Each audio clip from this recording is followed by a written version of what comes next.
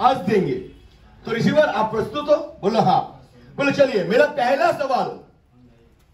सवाल क्या है? भगवान एक है या अनेक? तो बोलो महाराज घड़ा मिल सकता है? घड़ा, जो बड़ा घड़ा होता है? बोलो हाँ। बोलो मुझे तो घड़ा लाके दीजिए, एक खाली और एक मोहर से भरा हुआ। तो बोला ठीक है, फटाफट लाके दिया ऋषि के सामने। ऋषि बोला अरे मेरे को क्या, मेरे को सोना होना नहीं चाहिए, वो राजा का काम है, राजा को देखा है ये। तो राजा जी को देखा है। तो बोला अच्छा महाराज आपको गिनती आता है?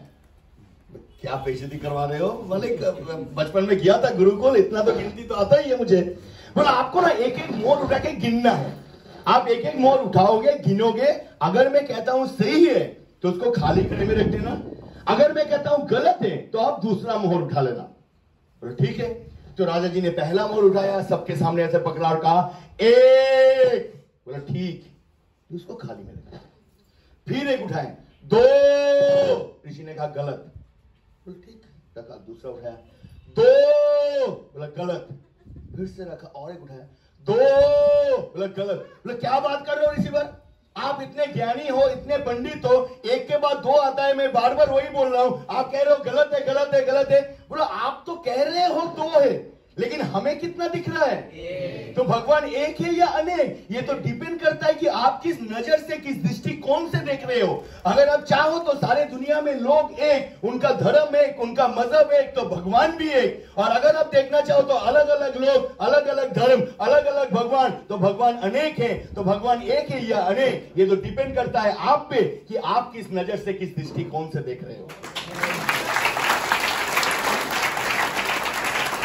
संतुष्ट, ऐसा ही एक जवाब मुझे चाहिए था, संतुष्ट। अब महाराज मेरे दूसरे सवाल का जवाब दीजिए। बोले पूछिए। बोले अगर भगवान है तो वो रहते कहां हैं?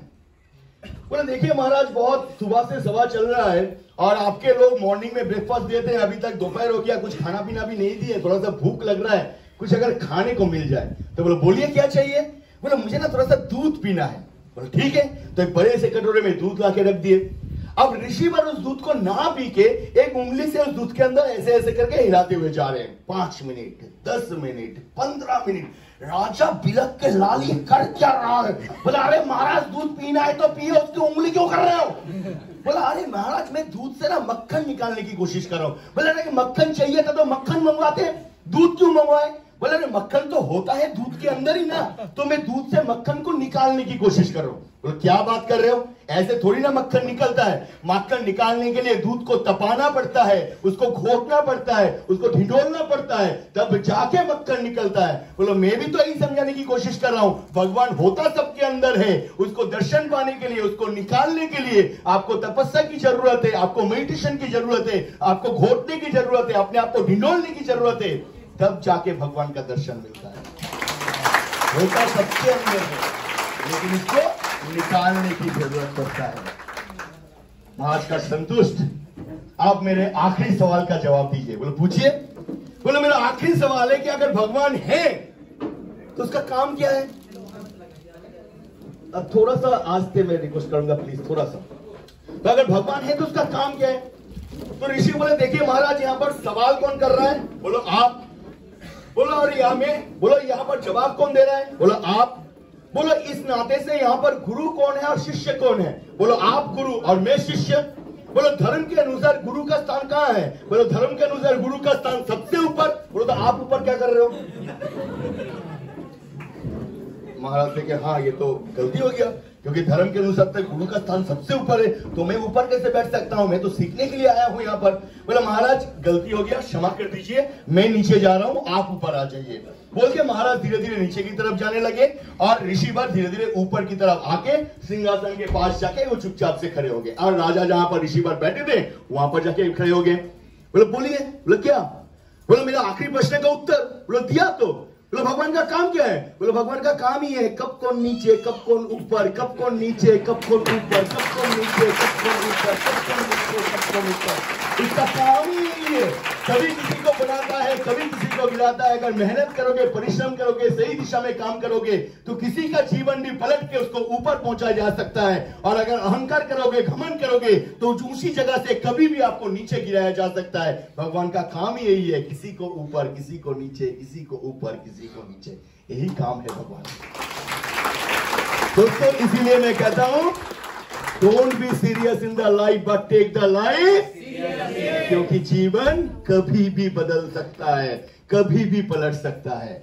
आपको लगता है कि किसी को पता ना चलेगा, हम तो घर बैठे चुप चुप के कर लेंगे, कोई देख भी नहीं पाएगा। एक चीज याद रखो, एक कैमरा ऊपर लगा हुआ है और ये इतना भयंकर कैमरा है और इसकी फ्रीक्वेंसी इतनी हाई है कि आपके घर के हर कोने में, हर जगह पे झांक के देख सकता है। आपके बेडरूम, आपके बाथरूम, आपके ड्राइंग रूम, एवरी जगह पे नजर है। यहां तक कि आपके दिमाग में क्या चल रहा है कि यहां पर बैठे मनी मन आप मेरा तारीफ कर रहे हो, मनी मन मुझे गाली दे रहे हो, आपके बगल वाले इंसान को पता नहीं है, उसको पता है। और उसका काम क्या है? कब कोई ऊपर, कब कोई नीचे, कब कोई ऊपर, कब कोई नीचे। भगवान का काम ही है, किसी को भी उठाता है, किसी को भी गिराता है। और इसीलिए लाइफ के अंदर सीरियस बहुत ज्यादा जरूरी है। जैसे कि दोस्तों आप सभी लोगों ने कहा कि आप सीरियसली इस नेटवर्क के अंदर काम कर रहे हो, बिल्ड कर रहे हो, तो मैं आप सभी से पूछना चाहूंगा, what is the meaning of seriousness? Seriousness का मतलब क्या है आपके अनुसार? कोई भी बता सकते हैं? What is the meaning of seriousness? Yes sir.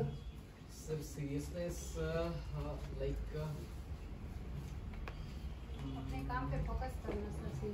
अपने काम पे फोकस करना, बहुत अच्छी बात है ma'am, thank you so much, thank you so much. Discipline के साथ काम करना बहुत अच्छी बात है। समबडी फ्रॉम दिस सर, कोई भी? What is the meaning of? Dedicated होकर काम करना, डेडिकेटेड होकर काम करना। Yes ma'am. एक समय का पूरा यूज, एकदम समय का सही इस्तेमाल करके, कोई भी टाइम लॉस ना करके, बहुत अच्छी बात है। Anybody from this side? Value to whatever required for your growth. अच्छा, value to give whatever required for your growth. जो चाहिए उसको तो पाना है, उसको हासिल करना है, उसको करके दिखाना है। Very good sir, thank you so much, thank you so much. देखिए मैं अगर सारे लोगों से पूछता हूं तो ऐसे बहुत सारे डेफिनेशन हमारे पास आएंगे जो दर्शाता है कि सीरियस होता क्या है, सीरियस लेके काम करना किसको कहते हैं। लेकिन अब आप मेरे से अगर पूछते हो कि सीरियसनेस का मतलब क्या है, तो मेरे लिए सीरियसनेस का मतलब सिर्फ एक ही है और वो है ये पिक्चर। कौन सा पिक्चर है? और इस आईसीयू में कौन जाते हैं? जो बहुत ज्यादा सीरियस होते हैं, क्योंकि हॉस्पिटल के अंदर तो हजारों बेड होते हैं और उसमें हजारों पेशेंट होते हैं, उनको कोई वैल्यू भी नहीं देता, कोई पूछता भी नहीं है। ना उनके बड़े डॉक्टर होते हैं, ना नर्स होते हैं, खाना भी आता है तो फेंक दिया जाता है, ले खा, खाना है तो खा, नहीं खाना है तो मत खा। लेकिन जो लोग आईसीयू में होते हैं, those are very very serious और इनके साथ कोई कॉम्प्रोमाइज नहीं किया जाता।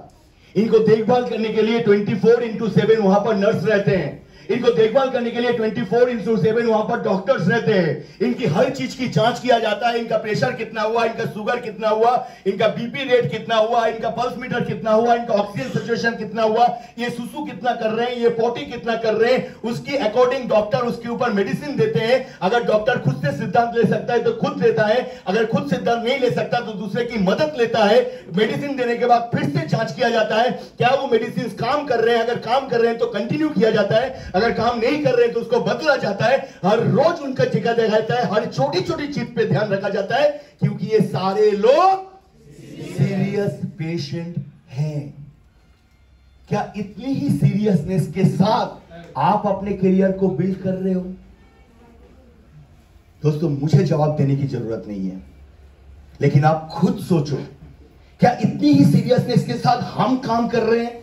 वेस्टिज के सारे सिस्टम्स को फॉलो कर रहे हैं, अपनी टीम के प्रति ध्यान दे रहे हैं, टीम की छोटी सी छोटी चीजों के देख रहे हैं, किसका सीएनटी कंप्लीट हुआ, किसका सीएनसी कंप्लीट हुआ, किसने वीआईपी अटेंड किया, किसने हेल्थ वर्कशॉप अटेंड किया, डायरेक्टर बनने के बाद क्या वो वीएलसी अटेंड किया, क्या वो मीटिंग्स के अंदर आ रहे हैं, क्या उसका नेटवर्क में ग्रोथ हो रहा है, क्या एवरी मंथ उसकी ज्वाइनिंग हो रही है, क्या कंसिस्टेंसी बढ़ रही है, क्या लोग अचीव कर रहे हैं, यहां तक कि आप यहां पर बैठे हो, आपका नेटवर्क मार्केट में अभी कितना प्रोस्पेक्ट मीटिंग कर रहा है, क्या ये सारा डेटा आपके पास है? अगर नहीं है दोस्त, तो I am very sorry to say, आपको लग रहा है आप सीरियस हो, असल में होते नहीं है, असल में होते नहीं है, हमें लग रहा है।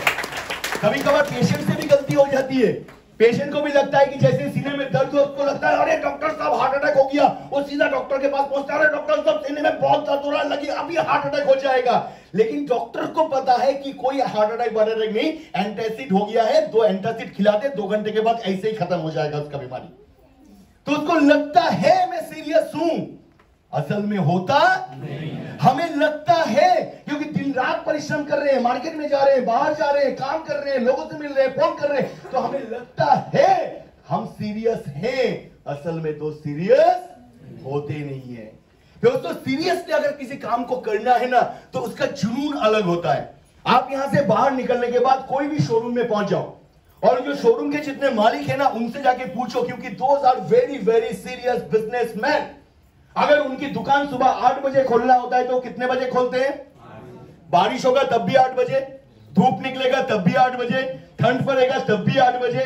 8 बजे दुकान को खोलने के लिए सुबह तो 5 बजे उठ के नहा धो के रेडी होके पूजा पाठ करके अपना टिफिन वगैरह पैक करके गले में 8 बजे मतलब 8 बजे रात को 12 बजे तक दुकान खोल के रखना है, तो 12 बजे तक वो बिजनेस को ओपन रखते हैं। दिन रात बिजनेस के बारे में सोचते हैं, जो मटेरियल निकल रहा है ज्यादा उनकी स्टॉक को बढ़ाता है, जो नहीं निकल रहा है उनके बारे में सोचता है, बिजनेस को फैलाने के बारे में सोचता है, दिन रात परिश्रम करता है क्योंकि वो सीरियस बिजनेसमैन है। दोस्तों हम भी जब नेटवर्क मार्केटिंग लोगों को समझाने जाते हैं तो हम भी सीरियस लोगों की एग्जांपल देते हैं।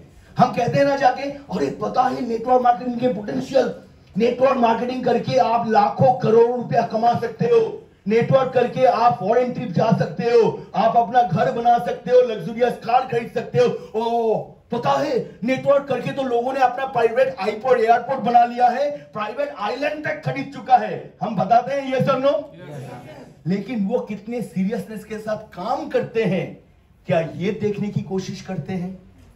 अगर उनको सुबह 8 बजे निकलना है तो वो हर रोज एवरी डे उनकी मीटिंग शेड्यूल सुबह 8 बजे की होती है, और 8 बजे निकलने से पहले सुबह उठ के नहा धो के रेडी होके अपना फुल ड्रेस यूनिफॉर्म पहन के अपना सारा डॉक्यूमेंट्स वगैरह कलेक्ट करके 8 बजे मतलब 8 बजे निकलते हैं। रात को 12 बजे तक कॉल करना है, लोगों से मिलना है, तो रात को 12 बजे तक काम करते हैं, दिन रात बिजनेस को आगे बढ़ाने के बारे में सोचते हैं, और सफलता उन्हीं को मिलता है क्योंकि वो सारे सीरियस हैं। और हमें देख लो सर, सुबह उठ के ब्रश करने निकलते हैं बाहर के नल में, और ब्रश करते करते अरे भैया कैसे हो, अरे भैया एक तो बिजनेस आया है करके देखोगे का। अगर फटे हुए लुंगी में और फटे हुए कमीज पे इस तरह से मजाक में किसी को बिजनेस रिप्रेजेंट करोगे तो सामने वाले को लगेगा कि इसका कपड़ा भी फटा, ये इंसान भी फटा, इसका बिजनेस और भी फटा, और फटे पे कोई पहनने डालता है। अगर आप अपने बिजनेस को मजाक की तरह रिप्रेजेंट करोगे तो क्या बिजनेस को लोग सीरियसली लेंगे? वो भी तो मजाक की तरीके से ही लेंगे। लोग मजाक करने आते हैं, चलो भाई 2 दिन नेटवर्क करके देख लिया, चल गया तो अच्छा है, पैसा आ गया तो अच्छा है, नहीं तो ऐसी थोड़ी ना है कि घर में खाना नहीं मिल रहा है, चलो करके देख लेते हैं, टाइम पास। दोस्तों ये टाइम पास की बिजनेस नहीं है, ये सीरियस लोगों की बिजनेस से। अगर सीरियसली करोगे तो सीरियसली पाओगे, अगर मजाक बना के करोगे तो 2 दिन बाद खुद मजाक बन के रह जाओगे। ये इंडस्ट्री ऐसा है दोस्तों, इस इंडस्ट्री के अंदर वो सीरियस लोग चाहिए जो सीरियसली काम करे। हम यहां पर बिजनेस रिप्रेजेंट करने जाते हैं, किसी के पास जीन्स और टी शर्ट पहन के और जाके रिप्रेजेंट कर रहे हैं। दोस्तों जीन्स और टी शर्ट में हम तभी जाते हैं जब हम कैजुअल होते हैं, हाथ पैर उठाना होता है, फ्री रखना होता है अपने आप को, कैजुअल अप्रोच। दोस्तों क्यों बनाया वेस्टीज ने? वेस्टीज एक पहला प्रोफेशनल नेटवर्क इंडस्ट्री है जिसने फोटो खींचने के लिए सिग्नेचर भी बनाया, ताली बजाने के लिए वेस्टीज का एप्लॉज भी बनाया, लोगों के पास मिलने के लिए आपका यूनिफॉर्म भी बनाया। और क्यों बनाया गया इस यूनिफॉर्म? जब ये यूनिफॉर्म पहनते हो, सूट बूट पहनते हो, लगता है ना करोड़पति फीलिंग्स आता है ना करोड़पति। अब जब ये करोड़पति फीलिंग्स के साथ किसी को जाके बिजनेस रिप्रेजेंट करोगे तो सामने वाले को लगेगा कि इंसान भी करोड़पति, इसका बिजनेस भी करोड़पति बनाने वाला है, इसी इंसान के साथ हम काम करेंगे, इसलिए यूनिफॉर्म पहनो।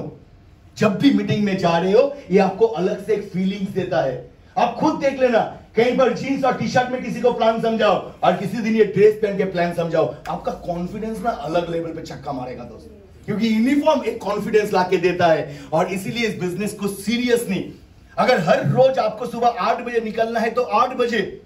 हम लोग का यहां पर क्या होता है कि अगर मीटिंग रहा 8 बजे तो 8 बजे निकल गए, अगर 2 बजे मीटिंग रहा तो 2 बजे निकल गए, और मीटिंग नहीं रहा, चिल मार छुट्टी है आज।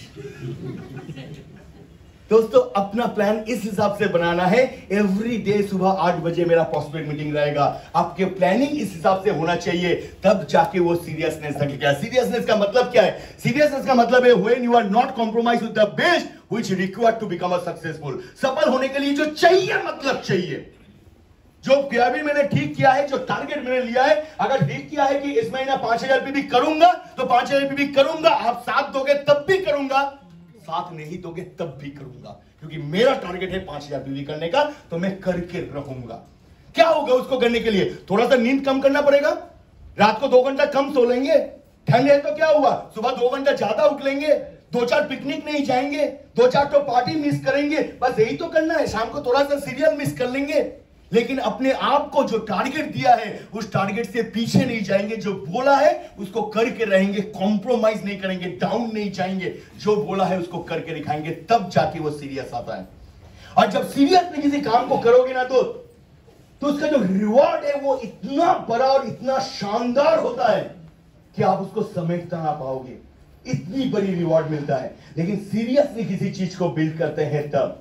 और इसी के ऊपर एक बहुत अच्छी एग्जांपल मैं आपके सामने रखने वाला हूं, जो कुछ दिन पहले मैंने भी एक मीटिंग अटेंड किया। वहां पर जब इस चीज के बारे में मैंने सुना तो मुझे भी लगा yes, this will be the one of the best example for the seriousness, कि अगर इंसान सीरियसली किसी काम को करता है तो कितने सारे बाधाएं, कितने सारे चैलेंजेस उसके पास आते हैं, लेकिन वो सीरियसनेस काम करता है तो सारे बाधाओं को पार करता है और उसका रिवॉर्ड इतना बड़ा होता है कि जिंदगी भर उसको समेट ना पाओगे, इतनी बड़ी रिवॉर्ड मिलता है।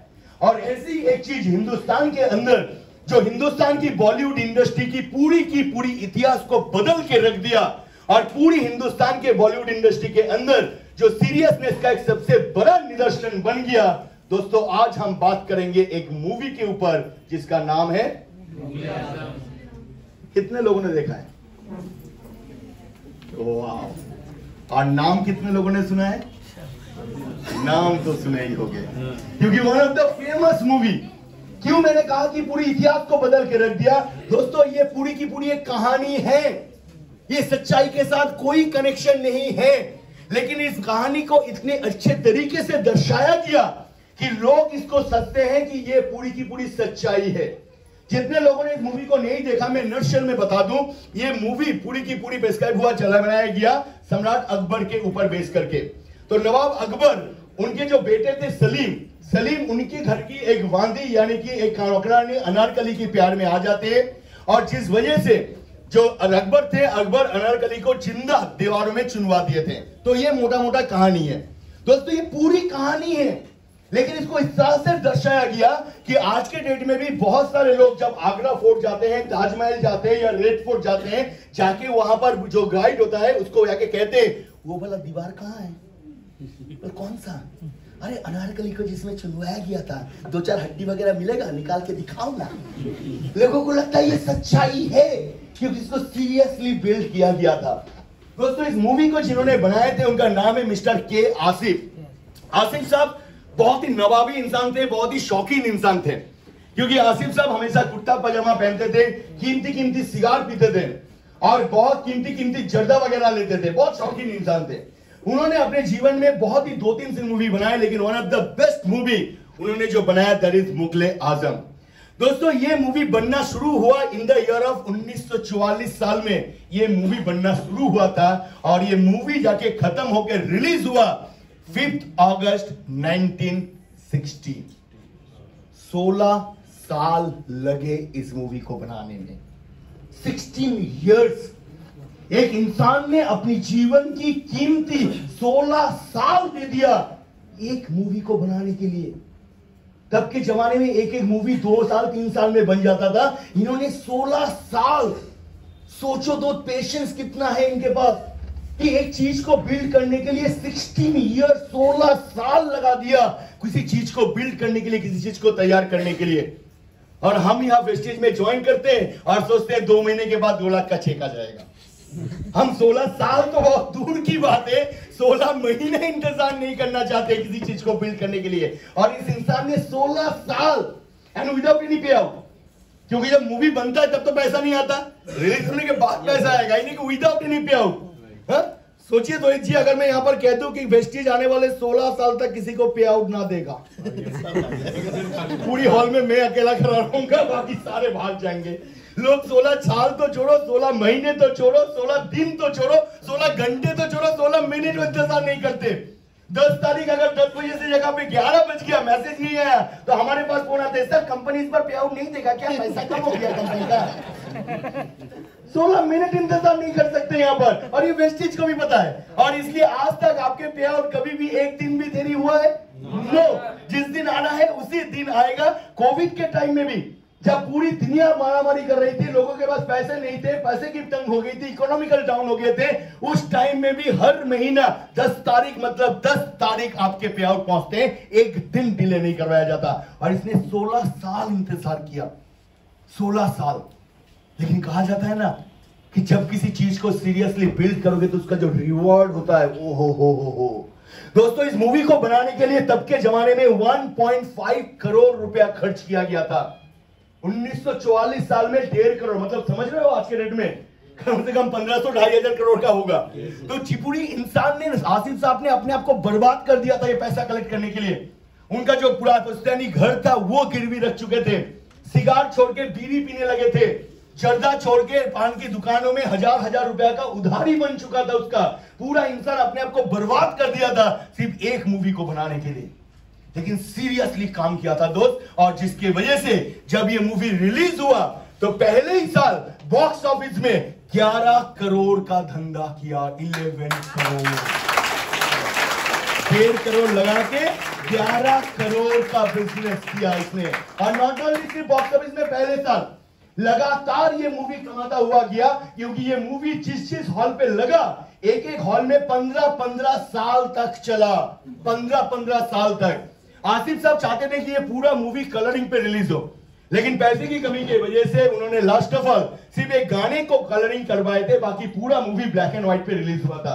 अगेन ये movie in the year of 1994 इसको कलरिंग पे कन्वर्ट करवाया गया, ये फिर से हॉल पे लगा, फिर से रेवेन्यू कमाया, और आज के डेट में भी एवरी डे ये मूवी रेवेन्यू कमाते हुए जा रहा है, क्योंकि सीरियसली इसको बिल्ड किया गया था। जब सीरियसली काम करोगे इतना बड़ा, इतना लॉन्ग टर्म उसका रिवॉर्ड मिलता है, समेट ना पाओगे दोस्तों। ये मूवी जिस साल रिलीज हुआ था उस साल टोटल 11 फिल्म फेयर अवार्ड, क्योंकि तब के जमाने में ऐसा नहीं था जी अवार्ड, सिनी अवार्ड, लक्स अवार्ड, एक ही अवार्ड हुआ करता था, दैट इज नेशनल अवार्ड। और नेशनल अवार्ड में टोटल 14 कैटेगरी में अवार्ड दिया जाता था।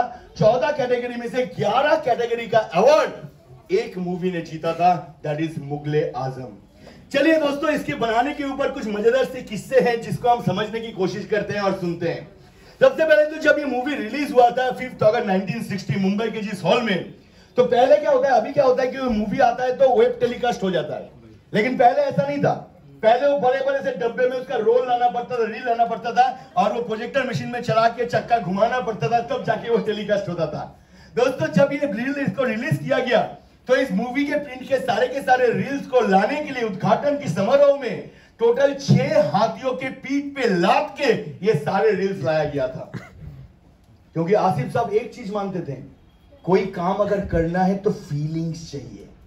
मतलब नवाब की मूवी है, अकबर की मूवी है, जब रिलीज होगा तो ऐसे ही शान होना चाहिए, हम इसको हाथी के पीठ पे लाद के लेके जाएंगे और इस मूवी का उद्घाटन करेंगे। तो ऐसे जुनूनी इंसान थे आसिफ साहब। इसको बनाने के टाइम पे कहा जाता है कि जब इसके जो पूरी कॉस्ट्यूम डिजाइन जो हुआ था, सारे के सारे जो कपड़े बने थे, उसका सारा का सारा दर्जी को बुलाया गया था दिल्ली से। नवाबों के कपड़े बनाने वाले लोग चाहिए उनको, नॉर्मल टेलर जल्दी से नहीं होगा। जो नवाब के कपड़े बनाते हैं, आप कौन बनाता है, पुरानी दिल्ली में रहेंगे वो लोग, तो सारे पुराने दिल्ली से दर्जी को बुलाया गया था जो नवाबों के खानदान के कपड़े सीते थे, उनसे ये सारा कपड़ा बनाया गया ताकि वो नवाबी कपड़े दिखे। उन कपड़ों के ऊपर जो नक्काशी का काम हुआ था, जो जरी का काम हुआ था, उस जरी के काम को करने के लिए गुजरात से स्पेशलिस्ट लोगों को बुलाया गया था, उसके ऊपर जरी का काम करने के लिए। और दोस्तों, पूरी मूवी में कपड़ों के ऊपर जो जरी इस्तेमाल हुआ था वो एक भी नकली नहीं, सारे सोने और चांदी के तार से बने हुए जरी का इस्तेमाल किया गया था इस मूवी के अंदर। साथ ही साथ दोस्तों, Hyderabad Goldsmith made the jewellery. Hyderabad और एक नवाबों की जगह, और वहां के जो स्वर्णकार हैं वो सबसे ज्यादा माहिर है नक्काशी में सोने की गहने बनाने के लिए। और इस पूरी मूवी में जितना भी गहने दिखाए गए थे वो एक भी नकली नहीं थे, वो सारे के सारे प्योर गोल्ड के ज्वेलरी से बनाए गए थे दोस्तों। इसके साथ साथ आपके Kolhapur craftsman design the crown, Maharashtra के कोल्हापुर से लोग लाए थे क्योंकि वो मुकुट बनाने में माहिर है सबसे ज्यादा, तो वहां से लोगों को मंगाया गया था मुकुट को बनाने के लिए। इसके साथ Rajasthan iron Smith crafted the weapons, Rajasthani Rajput जो लोग होते हैं वो भाला और तलवार बनाने में दुनिया में सबसे माहिर हैं, तो उनको बुलाया गया था सारे के सारे अस्त्र शस्त्र को बनाने के लिए। और पूरी मूवी में जितने भी अस्त्र शस्त्र इस्तेमाल हुए थे वो एक भी नकली नहीं था, वो सारा का सारा असली अस्त्र शस्त्र का इस्तेमाल हुआ था। दोस्तों इस मूवी के अंदर एक बहुत अच्छी सी क्लाइमेक्स का जो पार्ट है जहां पर दिखाया जाता है कि अनारकली, कौन किया था उसका रोल? मधुबाला जी ने। तो मधुबाला जी को देखा जाता है कि अनारकली को जंजीरों से जकड़ते हुए घसीटते हुए सैनिक ले जा रहे हैं उनको दीवार में चुनवाने के लिए। तो सब लोगों ने कहा मधुबाला जी आपको ना एक्टिंग करना पड़ेगा कि बहुत दर्द हो रहा है, आपके चेहरे में वो एक्सप्रेशन लाना पड़ेगा। आसिफ कहा ना ना ना, अगर गहने पहने हो असली सोने के तो जंजीर भी पहनोगे असली लोहे के, कॉम्प्रोमाइज नहीं करना है।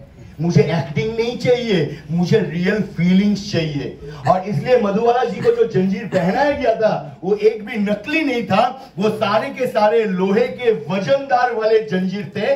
और उसको पहन के पूरा शूटिंग करने के वजह से मधुबाला जी के शरीर में खून जम गया था, और उस खून जम जाने का दाग 1 महीने तक उनके शरीर में था। कॉम्प्रोमाइज नहीं करना है, कॉम्प्रोमाइज नहीं करना है, ऐसा इंसान था। दोस्तों इस मूवी के अंदर जिन्होंने अकबर का रोल निभाया था कौन थे? पृथ्वीराज कपूर। कपूर फैमिली, मतलब तब के जमाने में बॉलीवुड इंडस्ट्री में दबदबा तो सिर्फ एक ही इंसान के थे, कपूर फैमिली के। और कपूर कह दिया मूवी नहीं होगा तो किसी का दम नहीं है, मूवी कर दे। कपूर जो बोलेगा वही फाइनल वर्ड है। और आसिफ इतना बड़ा पागल, पृथ्वीराज कपूर को ही निकाल दिया इस मूवी से। जब रोल की बात आया तो सीधा सीधा बोला देखिए पृथ्वीराज जी आपको हम रोल के लिए लेंगे, अकबर की रोल के लिए, लेकिन मेरी जो छवि है अकबर की, क्योंकि मूवी सबसे पहले डायरेक्टर की इमेजिनेशन में बनता है, आपकी सफलता बाहर बाहर आती है लेकिन पहले आपके दिमाग में बनती है। तो मेरा जो छवि है अकबर के बारे में वो इस चेहरे से नहीं होगा। आपको अगर मेरे मूवी के अंदर काम करना है तो आपको 22 किलो वजन बढ़ा के आना होगा इस मूवी में काम करने के लिए। पृथ्वीराज कपूर जी भी झुक गए थे इस इंसान के सामने, और मजबूरी में 22 किलो वजन बढ़ाने के बाद ही उनको एंट्री मिला था इस मूवी में काम करने के लिए। दोस्तों यहां पर तक कि लोग इतना ज्यादा जुनूनी थे कि elaborate footwear order from Agra. जूते दिखता है मूवी में कभी जूते? देखिए वो आज तक की हीरो हीरोइन कौन सा जूते पहने, हमने तो कभी ना देखा आज तक। लेकिन उस इंसान की सोचो कितनी छोटी सी छोटी चीज बहुत नेग्लेक्टेड। मेरे कितने लोग 2 तारीख कंसिस्टेंसी कर रहे हैं, कितने लोग 12 तारीख कर रहे हैं। छोटी चीज है लेकिन देखना जरूरी है क्योंकि उससे ही बड़ा चीज बनता है। छोटी सी छोटी चीज पे ध्यान दिया गया कि जो जूते बनेंगे वो भी नवाबी दिनों का बनना चाहिए, और उसको बनाने के लिए आगरा से लोगों को बुलाया गया। और पृथ्वीराज कपूर जी के लिए यानी कि अकबर के लिए जो जूते बनाए गए थे उस जूते का कॉस्टिंग था 4.5 लाख रुपया इन द ईयर ऑफ 1940। मतलब आज के डेट में कम से कम 40-50 करोड़ के तो होंगे ही सर, ये सर नो 40 करोड़ के जूते जब पृथ्वीराज कपूर के सामने लाया गया, बोला आसिफ 4.5 लाख के जूते, और ये जूते पहना नहीं जाता, इसको सर पे सजा के रखा जाता है, हम ना पहन पाएंगे। बोला पहनना तो पड़ेगा। बोला पहन के क्या करना है? बोला पहन के आप सिर्फ यहां से चलोगे, अपने राज्यसभा की तरफ जाओगे और हम पीछे से आपका वो रिकॉर्डिंग करेंगे।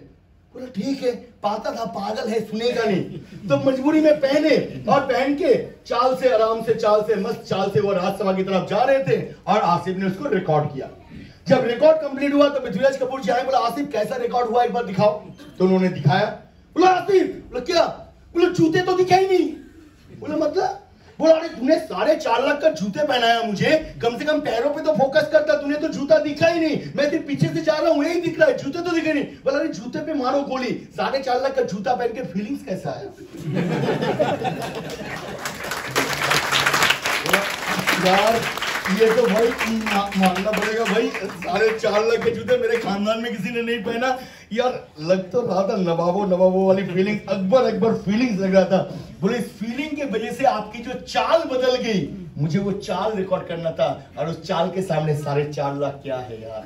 जरूरी है किसी काम के लिए, मेहनत जरूरी है, उसके लिए कुछ भी करना पड़े कोई महत्व नहीं होता है। 4.5 लाख क्या 4.5 करोड़ भी लग जाए तब भी कोई परवाह नहीं है।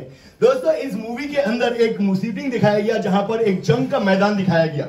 उस जंग के मैदान को तैयार करने के लिए 2000 ऊंटों को मंगाया गया था राजस्थान से, 4000 घोड़ों को मंगाया गया था, और 8000 सैनिक को लगाया गया था। और ये सारे के सारे सैनिक रियल सैनिक लगे, इसलिए 8000 सैनिक इंडियन आर्मी से हायर किया गया था। मतलब ऐसे नहीं हुआ, हम लोग देखते थे ना रामायण लक्ष्मण इस महाभारत में, पीछे में खड़ा है कोई, नाटा है कोई, पेट निकला है कोई, ऐसा है सैनिक।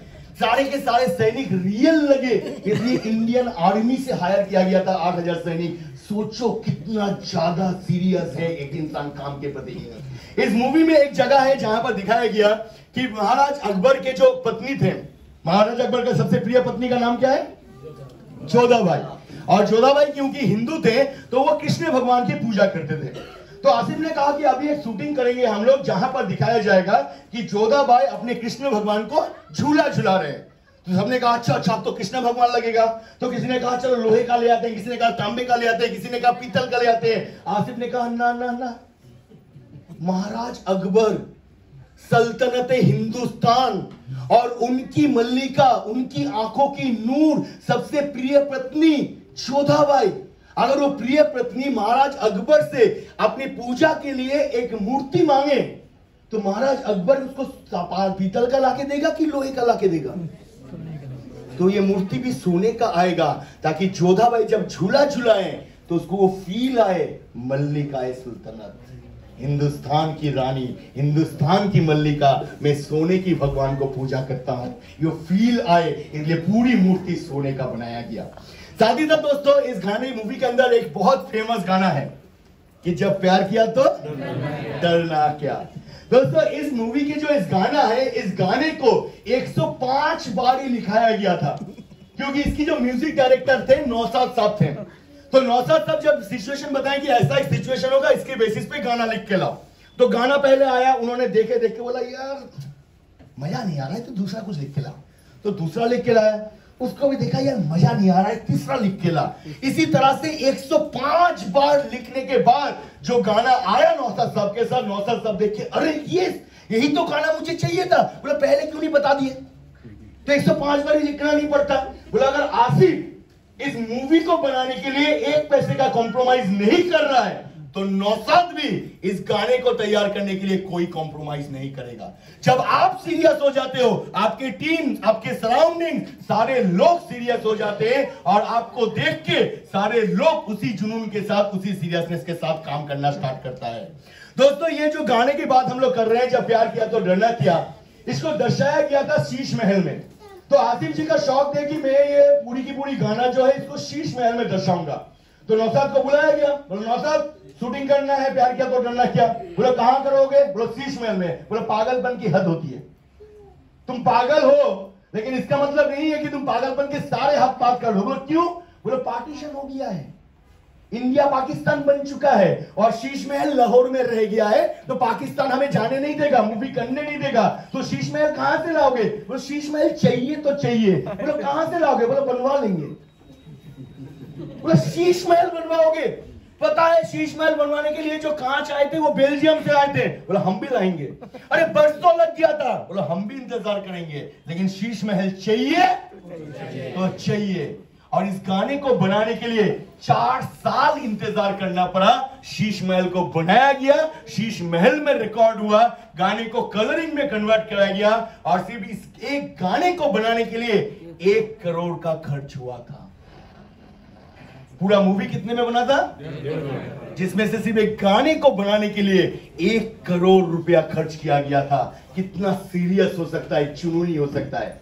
दोस्तों इस मूवी में और एक मजेदार सी किस्सा है कि इस मूवी में एक इंसान जीवन में सिर्फ एक ही मूवी के अंदर, फिल्मों के अंदर गाना गाए थे और जिंदगी में कभी दूसरे जगह पे कहीं गाना नहीं गाए थे, और उनका नाम है बड़े गुलाम अली खान साहब। तो बात ये हुआ कि एक दिन आसिफ साहब ने बुलाया नौशाद को, बोला नौशाद यार एक सीन है उसको कैसे बनाया जाए। बोलो क्या है? बोलो सीन ऐसा रहेगा कि हम दिखाएंगे कि महाराज अकबर अपनी राजसभा में बैठ के गाना सुन रहे हैं, उनकी गाने की धुन सारे जगह पे, सारे महल पे, सारे जगह पे गूंज रहा है, और जोधाबाई अपने सोने की कृष्ण मूर्ति को झूला झूला रहे हैं, और साथ ही साथ दिखाऊंगा कि अनारकली और सलीम पहली बार मिल रहे हैं। तो बोला ठीक है हो जाएगा। बोला नहीं मुझे एक चीज बता। बोला क्या? बोला अकबर अपने राजसभा में गाना किससे सुनते थे? बोलो मुझे तानसेन चाहिए। बोलो क्या बात कर रहे हो, 1960 साल में तानसेन? तानसेन अगर मर के भूत हो गया होगा तो उसका भूत भी मर गया होगा। क्या कहां से लाए यहाँ से? पॉसिबल नहीं है, तानसेन ना मिलेगा। बोले कोई तो होगा, कोई तो होगा जो तानसेन की बराबरी कर सकता है। तो नौशाद साहब मजाक मजाक में कह दिए अरे आज के डेट में हिंदुस्तान में कोई तानसेन की बराबरी कर सकता है तो वो है बड़े गुलाम अली खान साहब। बोले उनसे गवाएंगे। बोले पागल है, वो बड़े गुलाम अली खान साहब है, वो शास्त्रीय संगीत के पंडित हैं और उन्होंने कसम खा रखा है जिंदगी में दूसरा कोई गाना नहीं गाएंगे, और मूवी के नाम सुन के तो घर से निकाल देंगे हमें, वो मूवी में तो हरगिज नहीं गाएंगे। बोलो गाना तो उन्हीं से गवाएंगे। बोला ये पागल मत बनो, नहीं होगा। बोलो रहते कहाँ है ये? बोला लखनऊ। बोला चलो लखनऊ। उठा के लेके पहुंच गए लखनऊ, जाके बड़े गुलाम अली खान साहब से मिले, सारी चीजों को बताया गया। गुलाम अली खान साहब बहुत सज्जन इंसान, उन्होंने कहा कि अच्छा भाई मेरी दुआ आप लोगों के साथ है, आप लोग जाओ मूवी बनाओ, लेकिन हम शास्त्रीय संगीत गाते हैं, जिंदगी में कभी मूवी में काम नहीं करेंगे, दूसरा कोई गाना नहीं गाएंगे, ऐसा कसम मैंने खा के रखा है, तो मेरे लिए पॉसिबल नहीं है, मैं गाना नहीं गाऊंगा। अब इंसान जब पागल होता है ना, जुनूनी होता है ना, तो उसका कॉन्फिडेंस अलग लेवल का होता है। तो आसिफ को जैसे ही कहा गया कि मैं गाना नहीं गाऊंगा, आसिफ साहब अपने कुर्ते से सिगार निकाले, मुंह पे लगाए, उसको चलाए, एक मस्त कश मारने के बाद कहा गाना तो आप ही गाओगे। मजाक है, बोला ना मैंने, मेरे लिए पॉसिबल नहीं है, मैं गाना नहीं गाऊंगा। और ये क्या बदतमीजी है, मेरे सामने ऐसे सिगार पूछे गाना तो आप गाओगे और मैं गा दूंगा, मैं नहीं गाऊंगा। आसिफ गाना तो आप ही गाओगे। बोले यार नौशाद ये कौन है? बोले यार, बोले तू अंदर आ। बोले नौशाद साहब को अंदर लेके गया। बोले ये कौन है? बोले पागल है। बोले कहां से उठा के ले आया? बोले यार मैं नहीं, वो मेरे को उठा के लाया मुंबई से, गलती से मेरे मुंह से निकल गया था आपकी नाम, और वो आके पकड़ लिया गाना। तो मुझे क्या है, मेरे से गवाएंगे? बोले देखो सर मैंने देखा ये पागल है, और इसने बोल दिया गवाएगा मतलब गवा के छोड़ेगा आपसे, इतना तो जान लो। यार ऐसी थोड़ी ना बात है, कोई भी कहते मैं नहीं गा सकता, यार कोई तरकीब लगा ना। बोला मेरे पास कोई नहीं है। बोला अच्छा मेरे पास एक तरकीब है, मैं जाके उसको ऐसी एक बात बताऊंगा ना, वो दुम दबा के भाग जाएगा। बोला ठीक है। बोला तेरे को प्रॉब्लम तो नहीं? बोला मेरे को क्या प्रॉब्लम, मैं दूसरा किसी को पकड़ लूंगा, तो मेरे को प्रॉब्लम नहीं। बोला चल। तो बाहर आए, देखे आसिफ साहब बैठे हुए हैं, मस्त सिगार के कश लगाए जा रहे हैं। तो आगे कहा अच्छा तो आसिफ साहब गाना आप हमसे गवाओगे? आसिफ साहब गाना तो आप ही गाओगे। बोला ठीक है गाएंगे, लेकिन एक गाना गाने के लिए 50,000 रुपया लेंगे। दोस्तों तब की जमाने की रेट बता दूं, तब के जमाने में अगर 200 रुपया किसी को गवैये को देते ना, तो पूरा महीने भर आपके घर में बैठ के गाना गा देता है। तब के जमाने में इस मूवी में टोटल 15 गाना बने थे, जिसमें से 13 गाना हमारे सदैया लता मंगेशकर जी गाए थे, और 13 गाना गाने के लिए लता जी को 300 रुपया मिला था, 13 गाना गाने के लिए। और इसने एक गाने का कीमत कितना बताया? आसिफ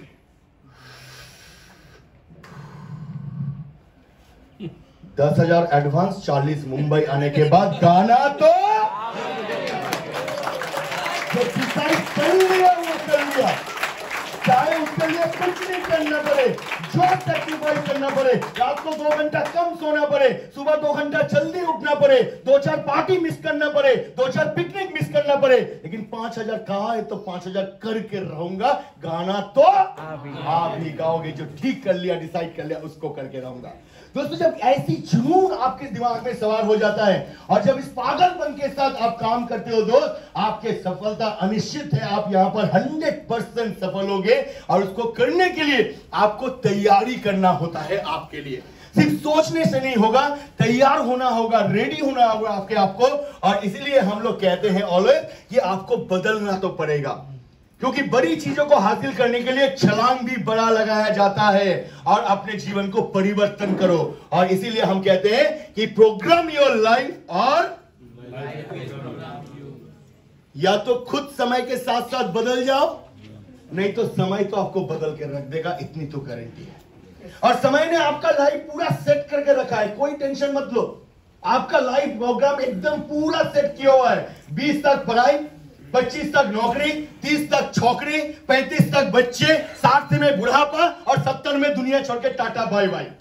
क्यों आए थे, क्यों गए, किसी को पता भी ना चलेगा। आए किस लिए थे धरती पे, किसी को मालूम भी नहीं पड़ेगा, कोई फर्क भी नहीं पड़ेगा। आप आने से भी नहीं पड़ा, आपके जाने से भी किसी को फर्क ना पड़ेगा, क्योंकि आपके लाइफ सेट करके रखा है समय ने। लेकिन अगर कुछ करके जाना चाहते हो तो समय से पहले अपने आप को बदलो, नहीं तो समय जब बदलता है तो ना तो उसका दर्द हम ले पाते हैं और ना ही उसका बेइज्जती हम सह पाते हैं। बहुत अच्छा सा एक एग्जांपल है मेरे पास दोस्तों। आज की डेट में हम लोग कहते हैं ना, स्मार्टफोन सबके पास है। yes or no? yes। ये स्मार्टफोन कम से कम आज से 10-15 साल पहले आ चुका था। अब जब हमारे पापा भैया ये लोग जब सीनियर से थे, जब हमारे उम्र हमारे से नीचे उम्र के थे, तब के जमाने में ऑलरेडी आ चुका था स्मार्टफोन। और तब के जमाने में लोगों को कहा गया था कि स्मार्टफोन इस्तेमाल कर लो, ये फ्यूचर है।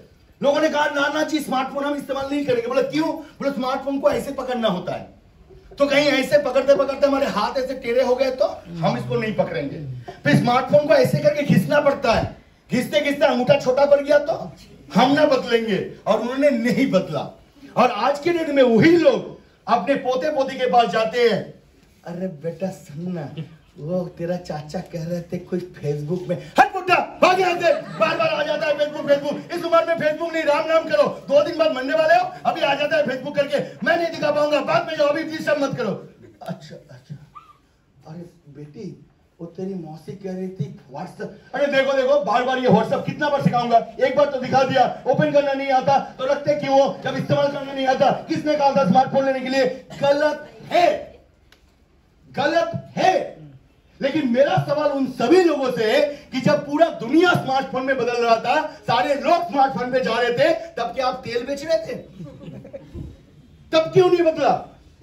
और तब नहीं बदले थे, इसीलिए आज आपको ये बेइज्जती सहना पड़ रहा है।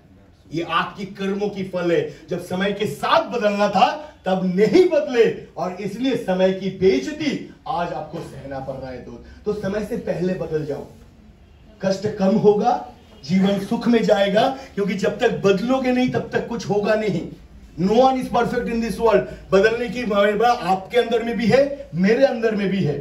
तो मुझको भी बदलना है, आपको भी बदलना है। बदलो, नया साल शुरू हुआ है, सिर्फ कैलेंडर बदले हो, लेकिन नया साल के अंदर अपने आप को बदलो। हर दिन आपको अपग्रेड होना है, बदलना है। और हम बदलना तो चाहते हैं, लेकिन सबसे बड़ी दिक्कत है कि हम सारे प्रॉब्लम की जड़ दूसरे को मानते हैं और हम सोचते हैं कि सारा दुनिया बदल जाए। हम चाहते हैं दुनिया बदल जाए, हम चाहते हैं कंपनी बदल जाए, अपलाइन बदल जाए, डाउनलाइन बदल जाए, कंपनी का प्लान बदल जाए, कंपनी का प्रोडक्ट बदल जाए, दुनिया में सब कुछ बदल जाए, सिवाय मेरा। मैं नहीं बदलूंगा, झुकूंगा नहीं साला। झुकेंगे नहीं हम, पूरी दुनिया बदले, हम ना बदले। एक चीज जान के रख लो सर, दुनिया में कुछ ना बदलेगा। ना आज तक कोई बदला है, ना आगे कभी बदलेगा। अगर हिंदुस्तान में कहा जाए तो मौसम 3 तरह के होते हैं, गर्मी, बरसात और ठंड। तो अभी कौन सा मौसम जा रहा है? ठंड। इसके बाद कौन सा आएगा? गर्मी के बाद, बरसात के बाद, ठंड के बाद, गर्मी के बाद। हजारों लाखों सालों से यही होता आया है। कम हुआ है, ज्यादा हुआ है, लेकिन बरसात के बाद ही ठंड आएगा, ठंड के बाद ही गर्मी आएगा। आज तक बदला है? तो क्या आपके लिए बदल जाएगा? दिन के बाद क्या आता है? रात के बाद, दिन के बाद, रात के बाद। आज तक कभी बदला है? समय कम ज्यादा हो सकता है, लेकिन दिन के बाद रात ही आएगा, रात के बाद दिन ही आएगा। आज तक नहीं बदला है तो आप भी कोई ऐसा स्पेशल इंसान नहीं हो कि आपके लिए बदल जाए। कुछ ना बदलेगा। अगर बदलना है तो सबसे पहले अपने आप को बदलो, क्योंकि दुनिया को बदलने की कोशिश मत करो। सोचो आज के डेट में धनबाद में ठंड पड़ता है, और इस साल धनबाद की ठंड -5 डिग्री पहुंच गया। क्या क्या लोगे? कर पाओगे कुछ? आपके हाथ में है जो कर पाओगे। पहले एक स्वेटर पहनते थे, अब 2 स्वेटर पहनने लगोगे। ये आपके हाथ में है।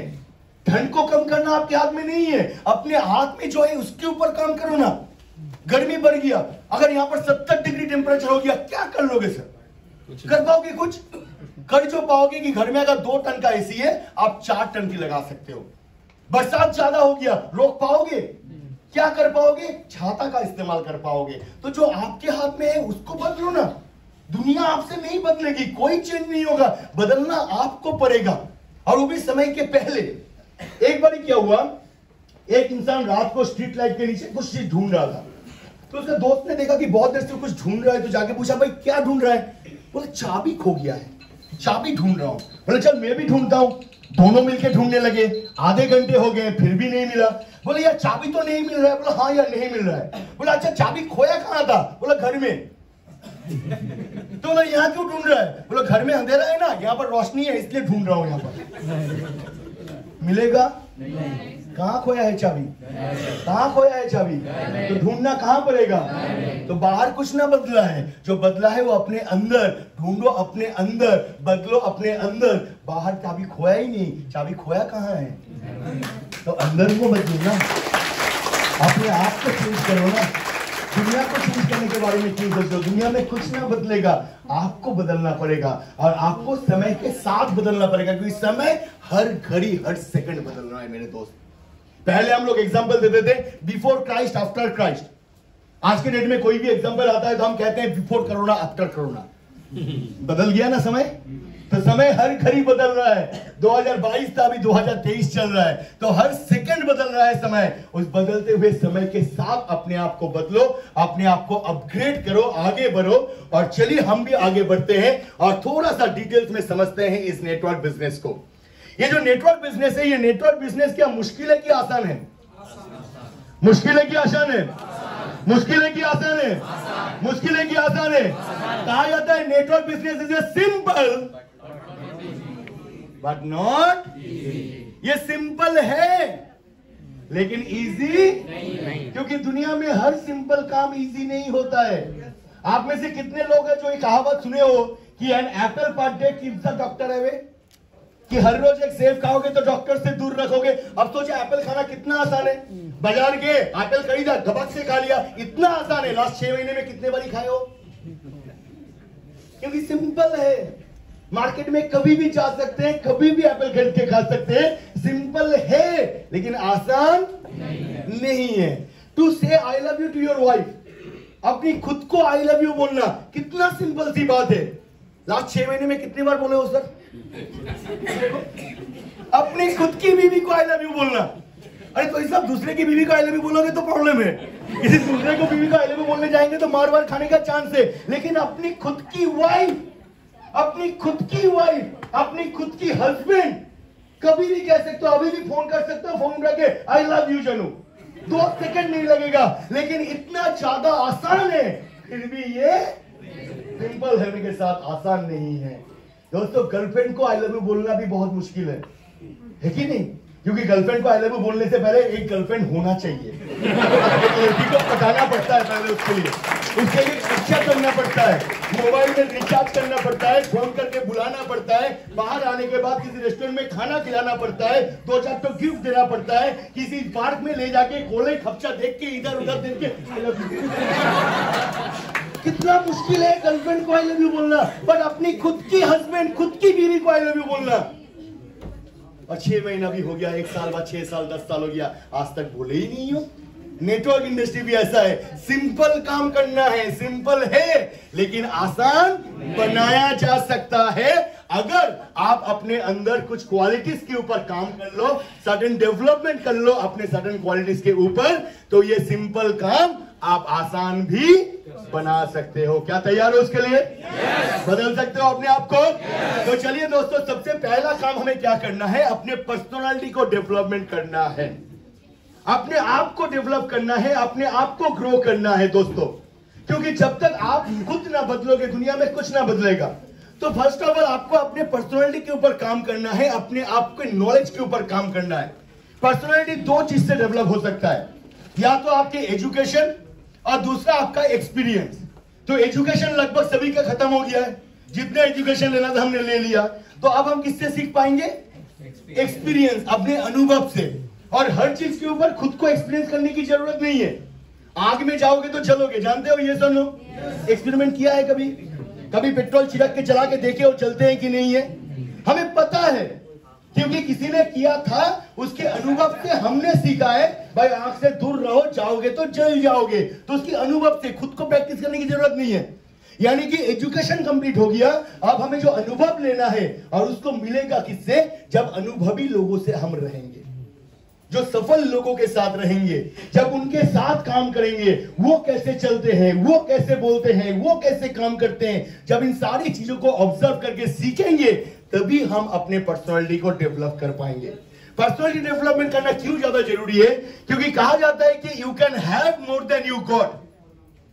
आज तक आपने जितना कमाया, जो भी कमाया, जो भी पाया, वो सारा का सारा आपके मेहनत की वजह से पाया है, ये सब लोग। लेकिन आपने जो पाया है, आप उससे भी ज्यादा पाने की हकदार रखते हो। क्यों? क्योंकि आप जो हो, आप उससे बेहतर कर सकते हो। आप अपनी पोटेंशियलिटी खुद नहीं जानते। आप और भी ज्यादा पोटेंशियल हो, तो आपको और ज्यादा बेहतर बनना पड़ा है।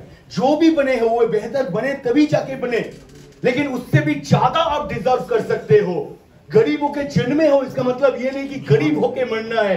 गरीब होके जन्मना कोई पाप नहीं, लेकिन मरना बहुत बड़ी पाप है दोस्त। अगर दुनिया में सारे लोग पैसा बना सकते हैं, तो आप भी पैसा बना सकते हो, आप भी इनकम कर सकते हो। लेकिन उसके लिए आपको खुद और ज्यादा बेहतर होना पड़ेगा।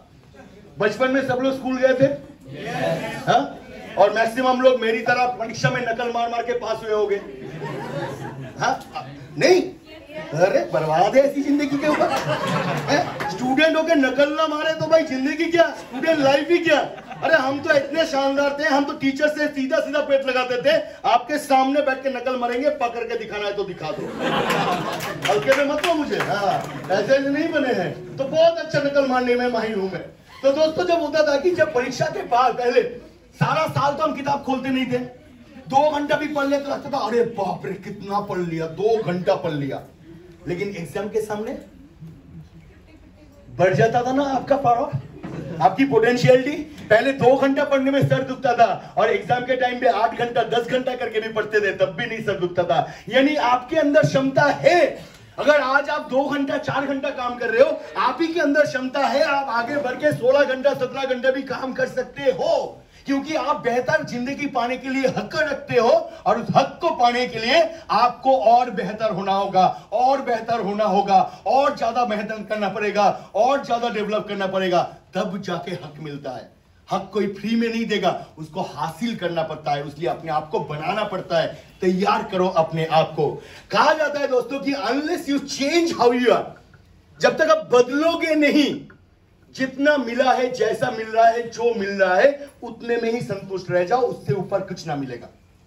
क्योंकि जो काम करके जो मिल रहा है, अगर यही काम करोगे तो यही मिलेगा, इससे ज्यादा क्या मिलेगा? और अगर ज्यादा पाना चाहते हो तो अपने आप को चेंज करना जरूरी है। जब तक आप चेंज नहीं करोगे, तब तक दुनिया में कुछ चेंज नहीं होगा, कुछ नहीं बदलेगा। I give you a solid example. मेरे पास एक फोन है, that is MI 10 something. So cost of this mobile is 53,000. तो ये 53,000 का जो फोन है, कंडीशन है कि आपके पास पैसा है। क्योंकि जब भी एग्जांपल देता हूं, लोगों का पहला होता है सर पैसा नहीं है। तो मान लो आपके पास बहुत पैसा है, और ये जो 50,000 का फोन है, ये मैं आपको सेल करना चाहता हूं 1 लाख में, खरीदोगे? क्यों? अच्छा, ये तो 53,000 का फोन है, हम 1 लाख क्यों दे इसके लिए? हम ना देंगे। अच्छा, प्राइस भी पता है ना, इसलिए। अच्छा चलो, इसको मैं अच्छी तरह से ढाक ढूक दिया, अच्छे से बॉक्स के अंदर पैक कर दिया, ताकि आपको दिखे नहीं कि कौन सा फोन है। और आपको जाके कहा कि देख भाई, मेरे पास एक बहुत बेहतरीन फोन है, बहुत अच्छा फोन है, और ये पैकेट के अंदर है, इसको लेने के लिए 1 लाख रुपया मुझे दे। क्या आप 1 लाख में खरीदोगे उसको? पहले सवाल करोगे कंपनी का नाम क्या है। अच्छा, उसमें पूरा एप्पल लगा हुआ है कि खाया वाला लगा हुआ है। अच्छा, कैमरा कैसा है, चौकोन है कि त्रिकोण है। अच्छा, उसका रैम पावर क्या है, उसका जीबी क्या है, उसका टीबी क्या है, उसका प्रोसेसर क्या है, उसका मदरबोर्ड क्या है। हजारों सवाल पूछोगे, ये सर नो। हमने कहा नाना जी, ये तो आपको बेवकूफ बनाने के लिए 50,000 वाला ही है, आपको 1 लाख में चिपकाने आया था। लोगे आप? नो। लेकिन अगर इसके अंदर मैं बदलाव लाता हूं, अगर इसके सॉफ्टवेयर को अपडेट करता हूं, इसके कैमरे वर्जन को अपडेट करता हूं, इसकी पूरी की पूरी चिप को अपडेट करता हूं, और इस फोन की वैल्यू अगर मैं 1 लाख कर देता हूं, तब क्या इसको 1 लाख में खरीदोगे? तो सोचो दोस्त, अगर आप पैसा होने के बावजूद कोई 50,000 वैल्यू की सामान अगर 1 लाख पे नहीं खरीदोगे, तो आप अगर अपनी वैल्यू 50,000 के रखे हो, तो आपको 1 लाख का इनकम कैसे आ सकता है सर? आप देते हो किसी को 10,000 का सामान आप 20,000 में खरीदते हो, तो आप अगर अपनी वैल्यू 10,000 बना के रखे हो, तो आपको 20,000 इनकम आएगा कैसे? अपनी वैल्यू तो बढ़ाओ, अपने कुछ लेवल पे तो लेके जाओ, उस कीमत पे तो लेके जाओ, तब वो पैसा मिलता है दोस्त। अदरवाइज आपको जैसे रिवर्स आप नहीं देते हो, आप ही को कोई नहीं देता। एक बात कहूंगा दर्द, प्लीज दिल पे मत लेना, गलत तरीके से मत लेना। कहा जाता ना, इस दुनिया में कोई ज्यादा नहीं कमाता, कोई कम नहीं कमाता, हर इंसान अपनी औकात के हिसाब से कमाता है। आपकी औकात जितनी, आपकी इनकम उतनी। तो अगर इनकम बढ़ाना है तो अपनी औकात पे काम करो, उसको बढ़ाओ, उसको डेवलप करो। बहुत बारी क्या होता है, मेरे बहुत सारे कुलीग हैं, मेरे बहुत सारे कुलीग आके मुझे कहते हैं कि अरे संकोच एक बात कहना था, क्या सोच रहा हूँ वेस्टिज का नौकरी छोड़ दूं। क्यों? अरे वेस्टिज ना बहुत कम सैलरी देता है। अरे तुझे या सबको? बोलो मतलब? अरे वेस्टिज तुझे ही कम देता है या सबको देता है? वेस्टिज में ऐसे एम्प्लॉय भी तो हैं जो तेरे से कम सैलरी में काम करते हैं। बोला हाँ। हमारे वेस्टिज में ऐसे एम्प्लॉय भी हैं जो तेरे से 10-20 गुना ज्यादा सैलरी में काम करते हैं। बोला हाँ। अरे फर्क क्या है? बोला उनकी नॉलेज, उनकी एक्सपीरियंस, उनकी रेस्पॉन्सिबिलिटी लेने की क्षमता, उनको काम करने के तरीके। हम तो तुम भी अपग्रेड कर लो, तुम भी बढ़ा लो, तुम भी अपने नॉलेज पे काम करो, तुम भी अपनी एक्सपीरियंस बढ़ाओ, तुम भी रिस्पॉन्सिबिलिटी लो, तुम भी आगे बढ़ के काम को करो, तुम भी सही काम करो, तो तुम्हें भी प्रमोशन मिलेगा, तुम भी आगे बढ़ोगे, तुम भी उस सैलरी पे पहुंचोगे। तो कोई कम नहीं कमाता, ज्यादा नहीं कमाता, हर इंसान औकात के हिसाब से कमाता है। तो आप अपनी वैल्यू को बढ़ाओ ना। आप अगर अपनी वैल्यू 10,000 बना के रखे हो, आप कभी भी 20,000 इनकम नहीं कर सकते। जब आपकी वैल्यू जितनी, आपकी इनकम उतनी। तो अपने वैल्यू को बढ़ाओ, अपने पर्सनालिटी को डेवलप करो, क्योंकि आपकी इनकम आपके पर्सनालिटी के आगे कभी नहीं जा सकता। आपकी पर्सनालिटी और आपकी वैल्यू के आगे आपकी इनकम कभी नहीं जा सकता। But sometime it takes a lucky jump. बहुत इंपॉर्टेंट चीज है, इसको समझना है दोस्तों। Sometime it takes a lucky jump. कभी कभार भाग्य के अनुसार, आपके लक के द्वारा, परिस्थिति के अनुसार आपके इनकम आपके पर्सनालिटी से आगे जा सकता है। लेकिन उस वक्त अगर आप अपने पर्सनालिटी को उस लेवल पे लेके नहीं जाते हो, तो वो इनकम फिर से लौट के आपके पर्सनालिटी को मैच कर जाता है। आज से करीबन 6-7 महीने पहले मैं कलकत्ता में बैठा हुआ था अपने ऑफिस में। तो हमारे एक डिस्ट्रीब्यूटर आए, आके बोले संकोच आपसे कुछ बात करना है। हम ओके आ जाइए केबिन में। तो जैसे ही केबिन में आए, आने के साथ वो फट पड़े, अरे ये क्या हो गया, कंपनी ने ये कर दिया, कंपनी ने वो कर दिया, मेरे को बर्बाद कर दिया, मेरा ये हो गया। अरे क्या हो गया? बैठो बैठो, शांति से पानी वानी पियो, हार्ट अटैक आ जाएगा। इतना क्या हो गया? स्ट्रेस नहीं लेना है। बताओ क्या हो? बोला बताओ क्या हुआ? मेरा 1.5 लाख का चेक 50,000 में आ गया। और बताओ क्या हुआ? आराम से बात करते हैं। क्या बात करना है कि 50,000 क्यों हो गया उसके ऊपर, या फिर से कैसे 1.5 लाख पे पहुंचा जाए उसके ऊपर। बोला नहीं 1.5 लाख पे कैसे पहुंचा जाए। हम तो बैठो, पानी वानी पियो, ठंड रखो, बात करते हैं। बोला हाँ बताओ। तो पानी वानी पिए, ठंड हुए। अरे मुझे एक बात बताओ, ये जब आपका इनकम 1.5 लाख पे पहुंचा था, उसके 6-7 महीने पहले आपका इनकम कितना था? मतलब उससे क्या कनेक्शन है? अरे लंबी कनेक्शन है। ऐसा खींचूंगा ना, सारा कुंडली निकल के आएगा, क्योंकि मेरे पास सबके कुंडली होता है, पता है ना? आपके या तो नाम या आईडी नंबर या मोबाइल नंबर, ये तीनों में से एक भी पता चल गया ना, तो आप कौन से घर में, कौन से घराने में, कौन से राशि में, कौन से नक्षत्र में किस दिन जन्मे थे, किस दिन डिस्ट्रीब्यूटर बने, किस दिन 8%er बने, कितना कंसिस्टेंसी किया, वो सारा कुंडली मेरे पास है। इसलिए लोग मुझे ज्यादा छेड़ते नहीं है, मैं, क्योंकि मैं किसी का कुंडली कभी भी खोल सकता हूँ। हाँ, तो सारे कुंडली मेरे पास होते हैं। तो बोलिए कितना था? तो चुप कर गए। अरे मैं बताऊं? बोला हाँ। अरे 50,000। सही कहा? बोला हाँ। अब मेरा दूसरा सवाल है, ये जो 50,000 का चेक था, ये 6 महीने में 1.5 लाख तक कैसे पहुंचा? 50,000 का चेक आपका 1.5 लाख में आपने क्या किया जिसके वजह से आपका वो 1.5 लाख पे पहुंचा? बोलो वो अच्छा वो एक्चुअली देखो तब तो लॉकडाउन चल रहा था और हम कहीं बाहर नहीं जा पा रहे थे, तो मैं उस वक्त दिन में एक जूम मीटिंग करते थे, फिर 2 रील्स बनाते थे, 4 वीडियो बनाते थे, 3 इंस्टाग्राम का लाइव करते थे और बस हो गया। हम तो आप कर लो। अगर यही काम करके आपका 50,000 का चेक 1.5 लाख पे पहुंचाता तो उन्हीं कामों को फिर से करना, फिर से 1.5 लाख बन जाएगा।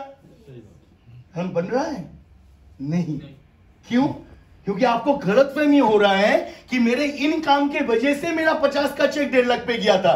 अरे वो तो कंपनी की पॉलिसी था कि आपके रिपीट के टाइम पे जो सारे लोगों की इनकम बंद हो जा रहे थे, उनके फैमिली मरने के हालत में थे, ताकि लोगों के घर परिवार चलता जाए, तो वेस्टीज ने अपनी जो टॉप सेलिंग प्रोडक्ट्स हैं, जो कंपनी की टोटल सेल की 60% सेल को कंट्रीब्यूट करता है, ऐसे प्रोडक्ट्स के ऊपर 25% डिस्काउंट 1 महीना 2 महीना नहीं, लगातार 8 से 9 महीने तक हम चलवाए थे। ये सुन लो, 1500 रुपए में आपके घर में सामान पहुंचाया था हमने।